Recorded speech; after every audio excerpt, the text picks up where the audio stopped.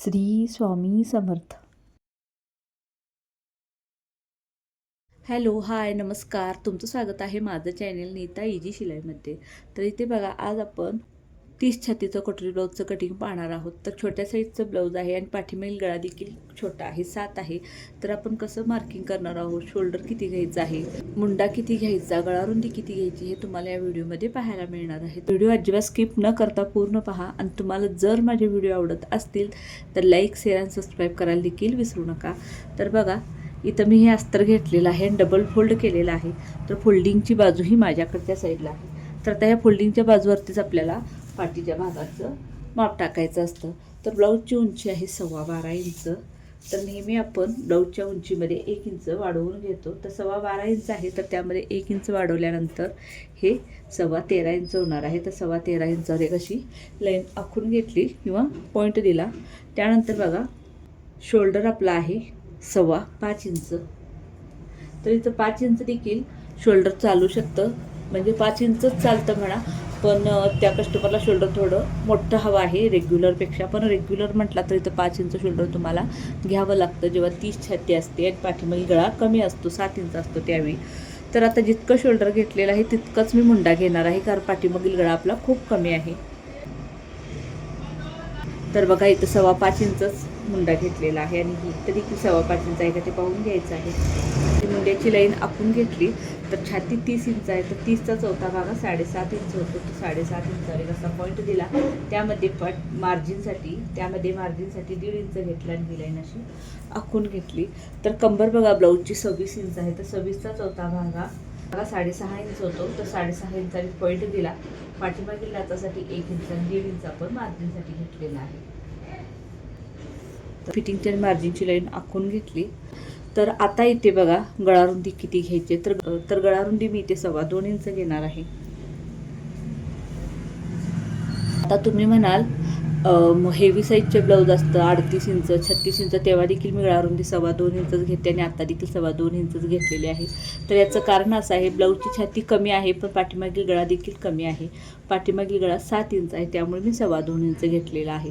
जर पाठीमागील गळा आपला रेग्युलर 9 इंच असता तर आपण मोठ्या साईजच्या ब्लाऊजमध्ये 2.25 घेतो 9 इंच असल्यावर. पण इथं जर 9 इंच गळा असता तर इथं मला 2.25 इंच घ्यावं लागलं असतं, कारण ब्लाऊजची छाती देखील कमी आहे त्यामुळे. तर आता पुढील गळा बघा, पुढील गळा आपला 5 इंच आहे.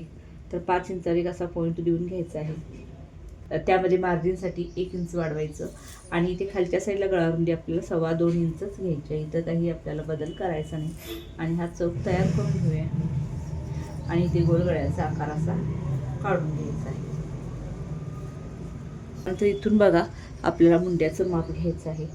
तर मुंडा आहे, तर मुंड्याचं माप बघा, इथं ब्लाऊजची छाती कमी असल्यामुळे मी 1.25 इंच घेतलेला आहे. प्रत्येक ब्लाऊजमध्ये मी 1.5 इंच घेते, पण इथे 1.25 इंच घेतलेला आहे.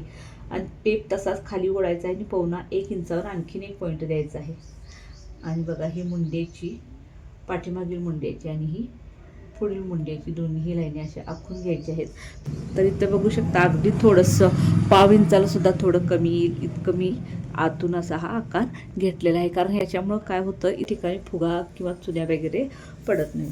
तर इथे खालच्या साईडला क्रॉसपट्टी मी 2.25 इंच घेतलेली आहे आणि ह्या साईडला 2.25 इंच घेतलेली आहे. आणि ही तिरकी लाईन अशी आखून घ्यायची आहे. तर ही तिरकी लाईन आखून घेतली. त्यानंतर कटोरीचं माप घेऊया आपण. तर कटोरी इथं 5.25 इंच आहे, तर 5.25 इंचावर एक पॉईंट दिला. आणि हा जो आतील मुंड्याचा आकार आहे तिथून आपल्याला आतल्या साईडला तिरका टेप ठेवून 2.5 इंचावर असा पॉईंट द्यायचा आहे. आणि हा गळ्याचा जो 5 इंचाचा पॉईंट आहे तो पॉईंट हा 2.5 इंचाचा पॉईंट आहे, हा कटोरीचा पॉईंट. तिन्ही पॉईंट मिळून आपल्याला कटोरीचा आकार काढून घ्यायचा आहे. बघा, हा कटोरीचा आकार काढून आपल्याला झालेला आहे. तर आता हे कटिंग करून घेऊया आपण. तर इथे पहा, अगदी थोडंसं असं आतून घेतलेलं आहे, करून घेतलेला आहे, कारण अस्तर माझं खूप मोठं आहे, मी ते कट केलेलं नाही. तर बघा, हा जो भाग आहे हा साईच्यावरती पलटी करून घ्यायचा आहे, जसा आहे तसा. पलटी करून घेतल्यानंतर बघा, शोल्डरजवळ एक लाईन आखून घ्यायची, इथे एक लाईन आखून घ्यायची आणि इथे देखील एक लाईन अशी आखून घेऊन ही लाईन पूर्ण आखायची. हाताने अगदी थोडंसं बघा, जसं आहे तसं आपला साईड पीस उठलेला आहे.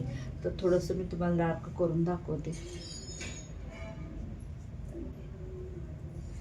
तर अशा पद्धतीने जर तुम्ही मार्किंग केलं तर अजिबात तुम्हाला कुठेही कमी किंवा जास्त तुमचं ब्लाऊज पडणार नाही. तर आता मी हे साईड पीस कट करून घेते.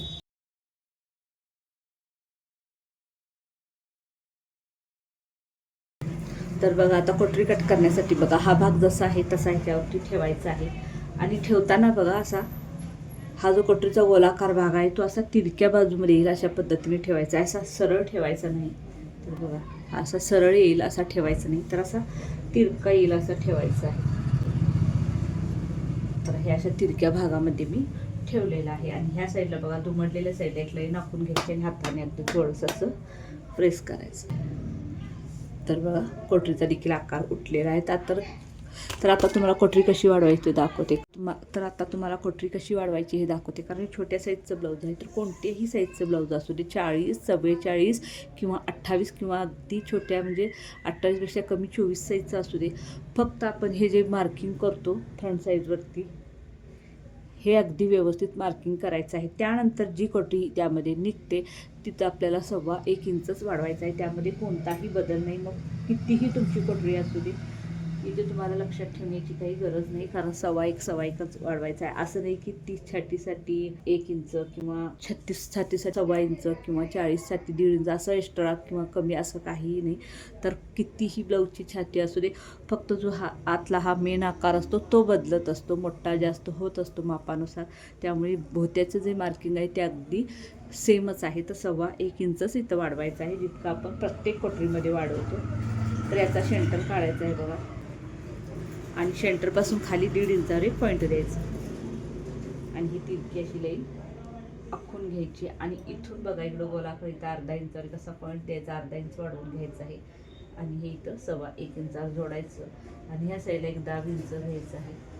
तर बघा, तर हे आता कोटरीचा आकार काढून झालेला आहे. आता कोटरी कट करून घेऊया. तर मी यामध्ये तुम्हाला बाहीचं कटिंग दाखवणार नाही.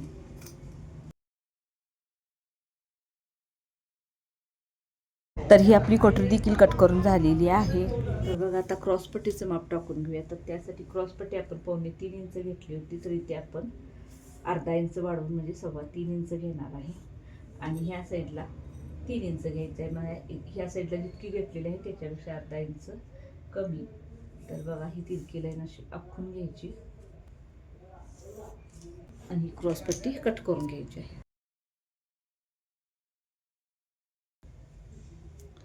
तर हे बघू शकता तुम्ही, हे पाठीमागील आपला भाग आहे आणि ही कोटरी क्रॉसपट्टी आणि आपलं हे साईड पीसचं कटिंग झालेलं आहे. ह्या व्हिडिओमध्ये मी तुम्हाला बाहीचं कटिंग दाखवलेलं नाही, कारण मेन तुम्हाला दाखवायचं होतं कोटरीचं कटिंग. कारण कोटरी कशी वाढते हे मग तुम्हाला या व्हिडिओमध्ये दाखवायचं होतं. तसं पाठीमागी गळा जर 7 असेल तर कशा पद्धतीने शोल्डर किंवा मुंडा घ्यायचं हे तुम्हाला या व्हिडिओमध्ये मला सांगायचं होतं. त्यामुळे बाहीचं कटिंग दाखवलेलं नाही. तर हा व्हिडिओ कसा वाटला मला नक्की कमेंट करून सांगा. व्हिडिओ पूर्ण पाहिल्याबद्दल तुमचे मनापासून धन्यवाद. थँक्यू.